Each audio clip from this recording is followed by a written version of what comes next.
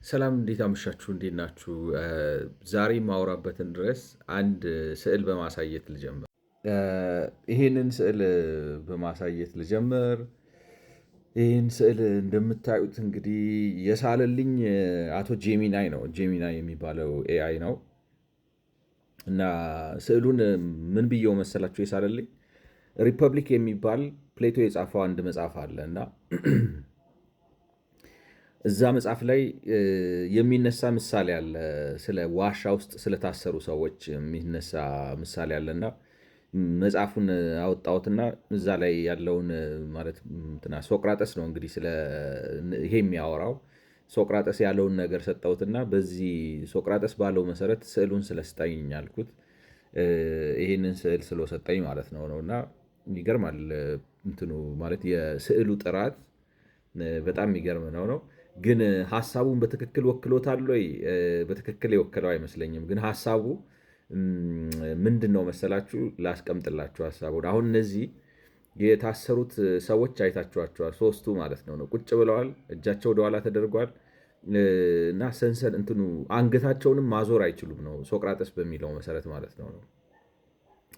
ሶቅራጠስ በሚለው መሰረት አንገታቸውን ማዞር አይችሉም። ይሄኛው ጥላው ይታያቸዋል ማለት እንግዲህ ሀሳቡ እዚህ ጋር ያሉት እንስሳዎች ይታያሉ አለም ጥላቸው ነው ይሄ የነሱ። እዚህ ጋር የሆነ ሚዳቋ ነገር አለ። የሆነ ምን ልበላችሁ ምንድነው አይዶ ነው እንግዲህ እንስራ ነገር አለ፣ ሰው አለ፣ ግን ጥላ ናቸው ነው እና ሀሳቡ ሶቅራጠስ የሚለው ምንድን ነው? ይሄ ጥላው የሚታይበት ነገር ከሰዎቹ ፊት ለፊት ነው። ኢት ሜክ ሴንስ ስዕሉን እያያችሁት ነው ብዬ አስባለሁ። መሆን የነበረበት ጥላዎቹ እዚህ እሳቱ ጋር ነበር መሆን የነበረባቸው ማለት ነው። እሳቱ ደግሞ ከሰዎቹ ኋላ ነው መሆን የነበረበት ማለት አንገታቸውን ማዞር ከማይችሉት ሰዎች ኋላ ማለት ነው። እነሱ ከሩቅ ቦታ ሆነው ማለት እሳቱ እንግዲህ በዘመናዊ ቋንቋ ካስቀምጣችሁት ፍላሽ ነው ማለት ነው። እንትን ላይት ነው እንዴት ልበላችሁ ትልቅ ብዙ ይሄ አሁን ለምሳሌ ሰዎች ፊልም ምናምን ሲሰሩ የሚያበሩት መብራት የለም፣ እንደዚ አይነት መብራት ብላችሁ ልታስቡት ትችላላችሁ። እና ከኋላቸው ሆኖ ያበራል ማለት ነው እሳቱ። ሰዎቹ ፊታቸው ወደ ግድግዳው ዞረዋል፣ እዚህ ውስጥ ታስረዋል። እጃቸው ወደኋላ ነው፣ አንገታቸው በብረት ታስሯል። ወደዚህ ማለት አይችሉም። የሚያዩት እሳቱ መሃልና በነዚህ በሰዎቹ መካከል ደግሞ መንገዱ መኖር ነው። ይሄኛውን መንገድ ማን ነው ስሙ ጄሚና ያሳሳተው ምንድን ነው መሰላችሁ? ይሄ መንገድ ይሄ እዚህ ጋር ያለው መንገድ ከእነሱ ኋላ ነበር መሆን የነበረበት። እንትኑ አሬንጅመንቱ ገብቷቸዋል ብዬ አስባለሁ። አይ ቲንክ ሎጂካል ነው። ሰዎቹ እንደዚህ ይቀመጣሉ። ያ ግርግዳው ጥላ ያለበት ግርግዳው እሳቱ ጋር ይሆናል። እሳቱ ከሰዎቹ ጀርባ ይሄዳል ማለት፣ ከሰዎቹ ጀርባ ደግሞ ይሄ መንገድ አለ ማለት ነው። ስለዚህ እሳቱ በዚህ መንገድ ላይ የሚያልፉትን ሰዎች፣ ከብቶች፣ እንስሳቶች ምናምን ጥላውን እያመጣ እዚህ ግድግዳው ላይ ይጥልላቸዋል ማለት ነው። እና እነዚህ ሰዎች ከልጅነታቸው ጀምሮ እዚህ ዋሻ ውስጥ ታስረው የተቀመጡ ሰዎች ናቸው። ሀሳቡ ከሞላ ጎደል ገብቷቸዋል ብዬ አስባለሁ። እና እነዚህ ሶስት ሰዎች እንግዲህ እንደምታዩት ማለት ስዕሉን ሲስለው አሬንጅመንቱን አበላሽቶታል። ግን ሰዎቹ እጃቸው ወደኋላ ታስሮ አንገታቸው እንደዚህ መዞር ምናምን እንዳይችል እንደዚህ ገብቶበታል። የሆነ ማሰሪያ ነገር ማለት ነው፣ ብረት ምናምን ነገር ገብቶበታል። ስለዚህ ወደ ፊት ለፊት ብቻ ነው ማየት የሚችሉት። ፊት ለፊታቸው ደግሞ ላይክ ነው ልክ እንደ ካንቫስ የሆነ እንደ ምንድን ነው ላይክ ነው እንደ ፊልም ፕሮጀክት የሚደረግበት የለም ሙቪ ስትገቡ ላይክ ነው አሁን ላይክ ነው ሙቪ ቤት ፕሮጀክተሩ ከኋላ ነው ያለው አይደለም? ፕሮጀክተሩ ከኋላ ነው ያለው። ፊት ለፊታችሁ ላይ ስክሪኑ አለ። ኢትስ ኦልሞስት ጨርቅ ነው ምንም የለውም። ከዚህ ጋር አምጥቶ ፕሮጀክተሩ ፕሮጀክት ሲያደርገው ነው ሙቪውን የምታዩት እናንተ።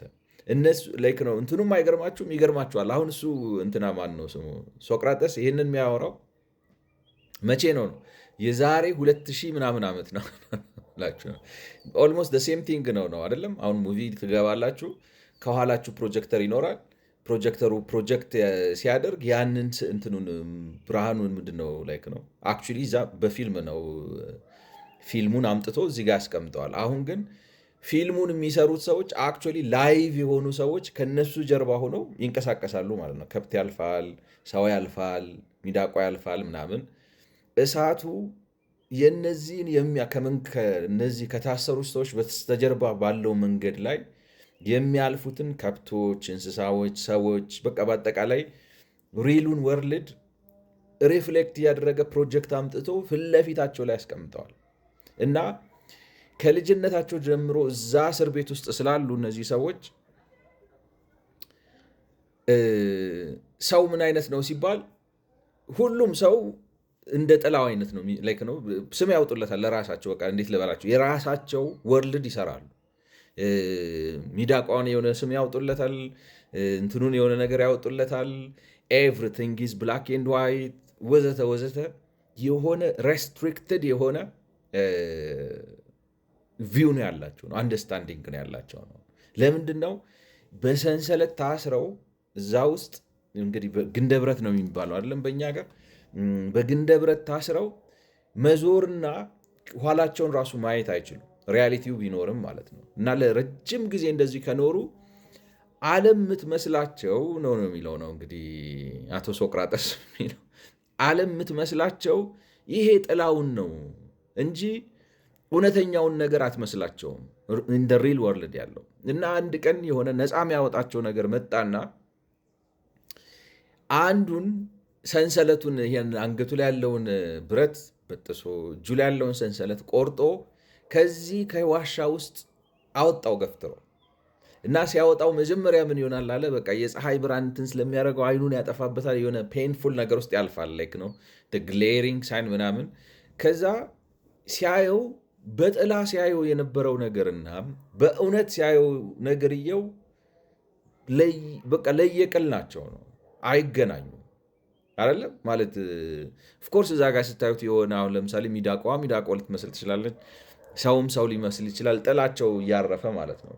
ግን በጥላውና በትክክለኛው ሚዳቋ መካከል በእንስራውና በትክክለኛው በጥላው በእንስራው ጥላና በእንስራው መካከል በሰውየውና በሰውየው ጥላ መካከል መሰረታዊ ልዩነት አለ።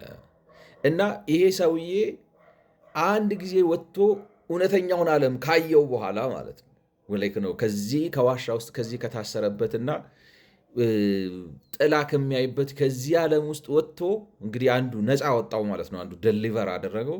ሰንሰለቱን ቆርጦ በጣጥሶ ገፍትሮ ከዛ ዋሻ ውስጥ አስወጥቶ ብርሃን አሳይቶት እውነተኛውን ነገር ካሳየው በኋላ መልሶ ቢያመጣው እዚህ የዚህ የዋሻ ክብር ማለት እንትንም ይልበታል፣ ላይክ ነው ይጨማምርበታል። በቃ አሁን ለምሳሌ እውቀት በዚህ እውቀት ራሱ ሊከባበሩ ይችላሉ። እንትና እኮ በቃ ልክ ሚዳቆ ነው ካለ ሚዳቆ በቃ እኮ በጣም የእውቀቱ ሚዳቆ እውቀት በጣም ከፍተኛ ነው። እንስራ በቃ ሲያልፍ ቀብ ነው የሚያደርገው ወዲያው በቃ ይሄ እንስራ ነው ይላሉ ምናምን ብለው እንትን ተሞጋግሰው በቃ ተሞካክሰው አንተ እኮ በጣም አደገኛ ምናምን ተባብለው የኖሩበት ያ የጥላ እውቀት ወደ እውነቱ ዓለም ሲወጣና ሲያየው የመጨረሻ ነው የሚንቀው እና ምንም ቢያደርጉት አይገርመውም አይነት ነገር ነው እንግዲህ ሶቅራጠስ ሊል የፈለገው ማለት ነው። ላይክ ነው ምክንያቱም ከዚህ ከግዞት ከዚህ ምን ግዞት ነው በቃ በጣም አስቸጋሪ ከሆነ የጨለማ ኑሮ እና በዛ በእሳቱ እንትን የሚታይ ነገር ውስጥ ወጥቶ እውነተኛውን ዓለም ስላየው ድንቅም አይለውም ነው እና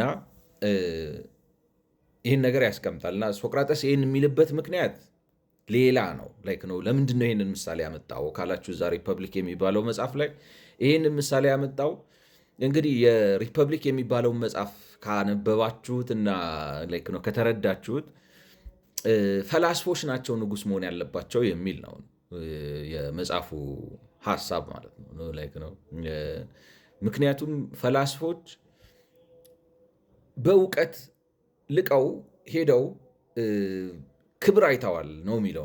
ነፍሳቸው ግሎሪፋይድ ሆናለች፣ የከበረ ነገር አይታለች። ስለዚህ ይሄ ሀብት ምናምን እንትን ስልጣን፣ ሰው ማዘዝ፣ ማስቀመጥ፣ ማስነሳት ማለት ይሄ ጥጋብ የለባቸውም አይነት ነገር ነው። በቃ ላይክ ነው ነፍሳቸው በሚቀጥለው ቪዲዮ እንገናኝ። ይሄ አንደኛው